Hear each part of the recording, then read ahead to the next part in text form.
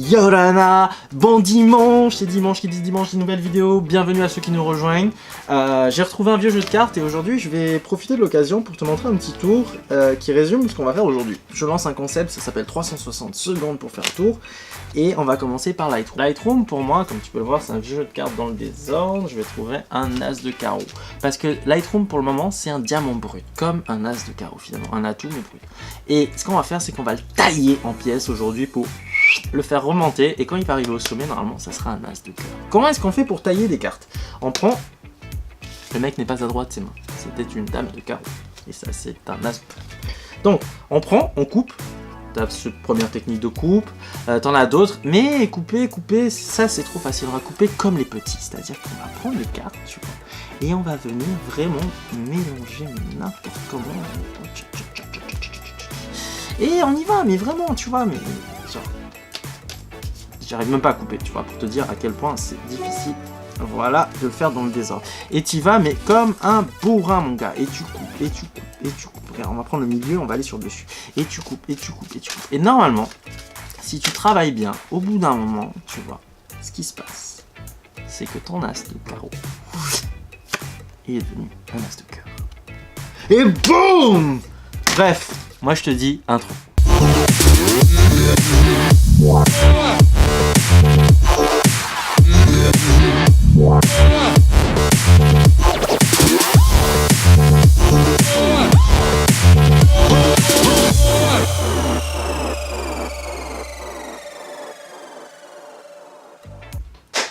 Ok, avant de commencer, petit prérequis pour ceux qui n'ont pas Lightroom, tu peux te le procurer gratuitement, c'est-à-dire que tu auras accès à toutes les fonctionnalités, c'est juste que ce sera une durée limitée, pendant un mois. C'est la version d'essai proposée par Adobe, que tu peux retrouver sur leur site. En téléchargeant, tu as juste à t'inscrire, télécharger et installer le logiciel. Une fois que tout ça c'est fait, tu nous rejoins dans la suite de la vidéo. Du coup, on lance un nouveau concept, 360 secondes pour faire le tour de Lightroom. Si mes calculs sont exacts, 360 secondes c'est équivalent à 6 minutes. 6 minutes ça peut paraître une éternité pour certains, mais crois-moi, tu vas voir, la vidéo va passer à une vitesse, tu vas même pas t'en rendre compte. Du coup, vu que c'est très court comme durée, je vais pas rentrer dans les détails du pourquoi chaque point est important. Si tu veux le savoir, tu n'hésites pas à me poser la question en commentaire et moi je te répondrai directement. Deuxième des choses, je vais pas non plus détailler où sont les outils que je vais utiliser. Je vais te mettre à chaque fois dans la vidéo les raccourcis que j'utilise au moment où je les utilise et en descriptif, je vais te mettre un petit lien pour un fichier texte que tu pourras télécharger à tout moment qui regroupe tous les raccourcis clavier que je vais utiliser aujourd'hui dans ma vidéo.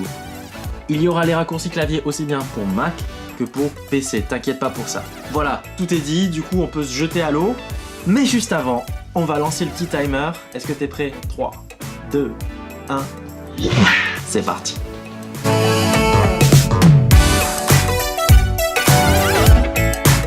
On est là pour un minimum d'effort, un maximum de rendement. Première des choses, changer la langue de Lightroom. Donc on va dans les préférences système de Lightroom, dans l'onglet général, et on change langue dans n'importe quelle langue. Attention, il faut redémarrer l'application pour que ça prenne effet. Regarde bien, fichier, édition, bibliothèque. 3, 2, 1, boum, c'est rallumé. Et regarde maintenant, il y a marqué Files, Edit, Library. Du coup, on passe tout de suite à la deuxième astuce. Entre temps, maintenant que tu sais le faire, je te laisse mettre en place.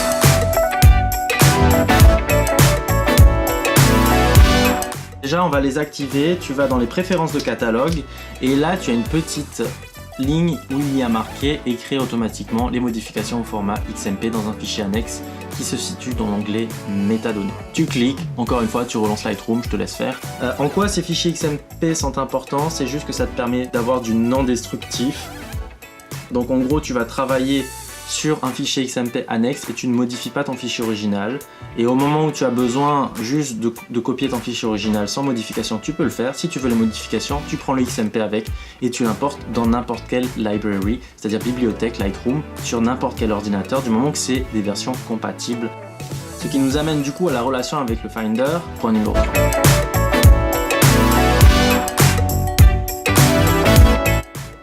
Ici, on a deux manières principales de le faire. C'est un glisser-déposer, alias en anglais le drag and drop. Il suffit tout simplement de sélectionner les images qu'on souhaite, commande-clic plus le clic gauche de souris.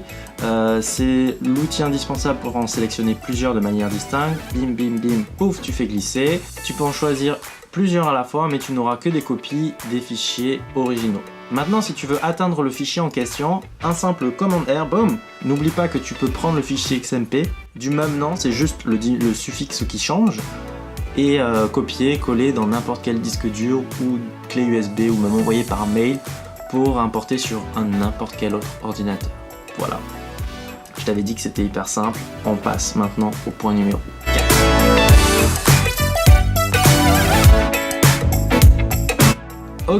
Ok. Alors point numéro 4, avant toute chose, commence à identifier les endroits qu'on va pouvoir masquer. Masquer, ça veut dire quoi? Ça veut dire qu'on va les mettre sur les côtés, mais qui sont toujours présents et qu'à tout moment, on peut les réactiver de manière temporaire et les remasquer. Donc, regarde bien, sur mon écran, je vais te mettre 1, 2, 3, 4. Ce sont les 4 premiers bords, ce qu'on appelle les panneaux, que tu peux nettoyer. Et menu en haut, hop, celui-ci et celui-là. Alors, maintenant les barres. Il y a 2 barres distinctes, il y a les barres de filtre et les barres d'outils. Maintenant qu'on a identifié toutes les zones qu'on va pouvoir masquer, ou du moins cacher, je vais te montrer comment faire. Alors, premier raccourci qui te permet de tout nettoyer, commande Shift F, boum, ça t'enlève tous les panneaux, plus les 2 menus du haut. Ensuite, pour retirer le filtre bibliothèque, $. Pour retirer la barre d'outils, T. Petit bonus, tu peux changer l'éclairage avec la touche L. Une fois, 2 fois, 3 fois pour un retour à la normale. Alors, lorsque j'amène ma souris moi à droite, mon panneau réapparaît, mais pas juste de manière anecdotique. Je peux aller sur mon panneau et modifier des valeurs pour que celui-ci fasse les modifications. Donc c'est vraiment des panneaux interactifs qu'on a encore, et ce, peu importe les bords. Les menus, c'est la même chose. La seule petite différence qu'il va y avoir, ce sont sur les barres. Effectivement, les barres, on ne peut pas les faire réapparaître comme ça, on est obligé de réactiver avec le raccourci clavier qui lui correspond, par exemple le raccourci T pour la barre d'outils. Si tu veux activer ou désactiver du coup ces masquages, il te suffit juste de cliquer sur ton raccourci clavier ou de recliquer une seconde fois. Rien de plus simple. Voilà, ce qui nous amène directement au point numéro 5. Les ensembles, c'est parti!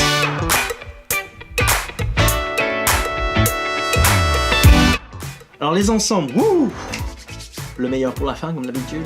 Alors les ensembles, c'est quelque chose d'assez intéressant, c'est d'assez magique. Faut rester dans le thème.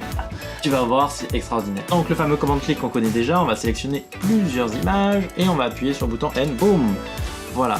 Lightroom, ce qu'il fait, c'est qu'il agence en fonction du nombre de photos et du format des photos, un visuel pour que tu puisses voir toutes les photos avec la meilleure expérience possible. C'est-à-dire, si je sélectionne une photo supplémentaire grâce à ma barre film sur le bas, boum, elle se rajoute et toutes les photos se réarrangent puisqu'il y a une photo supplémentaire. Inversement, je peux supprimer une photo, comment le faire? Commande-clic sur une des photos. Boum. Il y a une autre possibilité, c'est de cliquer en bas à droite de chaque photo, tu vois, dès que tu mets ton curseur dessus comme moi, il y a une petite croix qui apparaît. Alors avec F, alias Full Screen, qui veut dire plein écran, il y a une notion qui est différente de L pour lumière ou light en anglais. C'est qu'avec la lumière, on va juste assombrir autour de ma ou mes photos, mais on a toujours nos panneaux, même s'ils sont plus sombres, c'est-à-dire que si tu l'amènes sur le côté, boum, le panneau réapparaît. Alors qu'avec F, pas du tout. On n'a pas du tout ça, et ça, ben, c'est pas très pratique si on veut continuer à travailler sur nos images. Voilà. Bon, bah, je pense qu'on est dans les temps, je pense qu'on est bon. En tout cas, je suis fier de toi, je suis fier de moi. Tu regardes le compteur avec moi, 3, 2, 1... Et voilà, je suis fier de toi, je suis fier de moi, je suis fier de nous. On les a fait, les 360 secondes, on a fait notre petit tour des outils magiques de Lightroom. J'ai été très succinct, j'ai été très rapide comme je l'avais précisé, donc si tu as des questions, tu les poses en commentaire. Pourquoi est-ce que j'ai trouvé que ce point était important ou celui-ci tu comprends pas? Pour toi il a pas l'air si important que ça, tu n'hésites pas, je te répondrai en commentaire avec plaisir. Si tu es bloqué à un endroit que tu as désactivé ou tu as bloqué ton module de Lightroom, tu m'envoies un petit message, voire même un screenshot de ton écran, et moi je me ferai un plaisir de t'aider. En tout cas, si cette vidéo t'a plu, encore une fois, tu n'hésites pas, tu tu mets un gros pouce bleu, tu t'abonnes si c'est pas déjà fait, et moi je te donne rendez-vous dans la prochaine vidéo qui sortira dimanche. En attendant, je te dis Maruru.